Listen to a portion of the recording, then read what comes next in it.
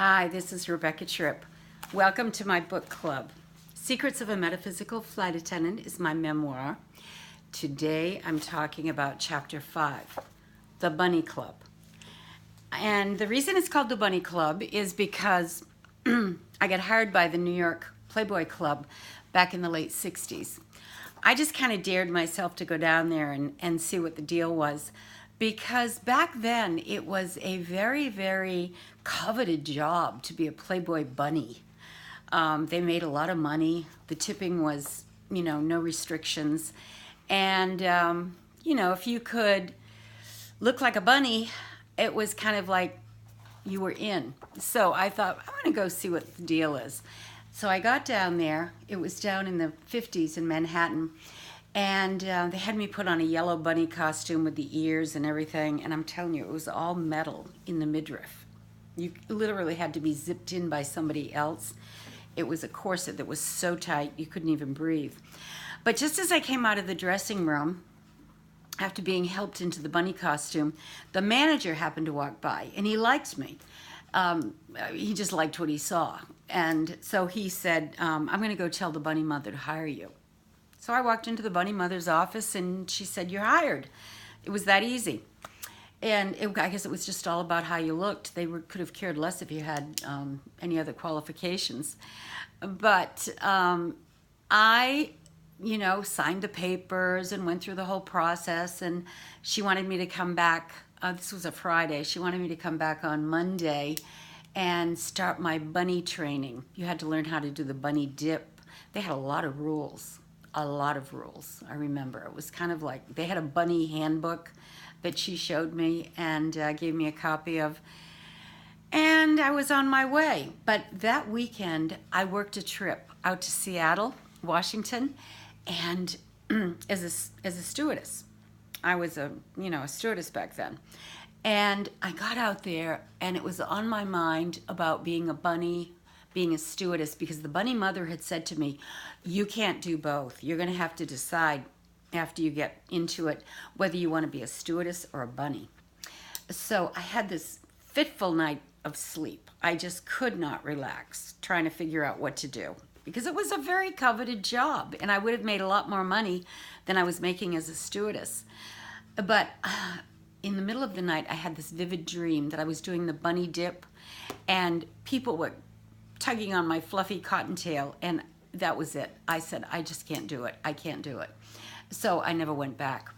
But this chapter also covers some other interesting body-related things that happened to me, because being a bunny was all about body identity, really.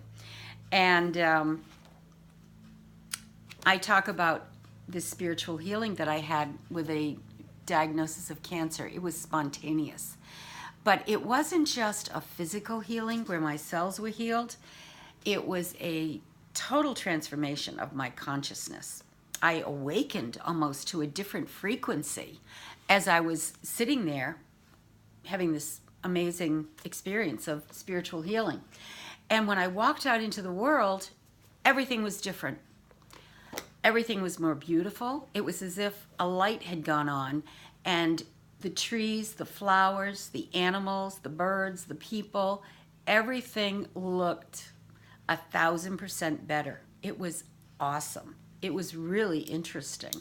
And it was kind of like, wow, what has happened, and who do I talk to about this? Because I was kind of on my own.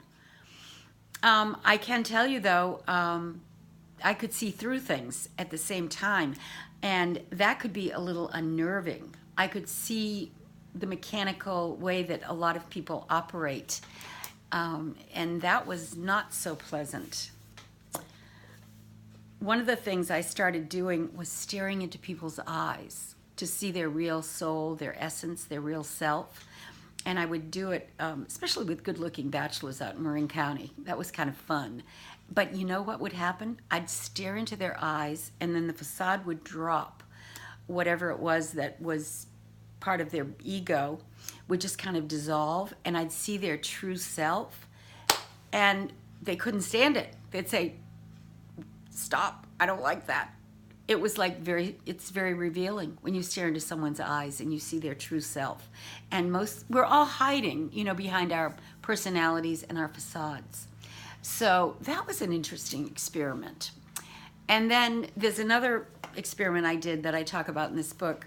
Back in New York City, a friend of mine showed me how to pick a night that is pitch black, where there's no moon, basically. And late at night, you set up a mirror with 2 candles lit on either side of the edge of the mirror. And you stare at your eyes as the candles are burning. And as the candles are flickering, you see your eyes and your face starts to fade away as you're staring into your eyes. And then all of a sudden, my face started to morph into all of these different versions of myself from different times, different eras. And I've done this with other people, and they've had the same experience.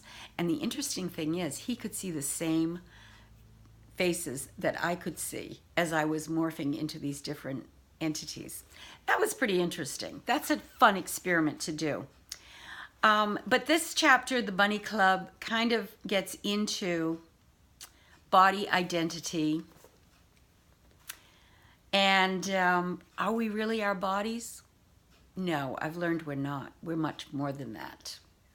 So pick up the book. It's on Amazon. It's published by Balboa Press. You can order it in a bookstore.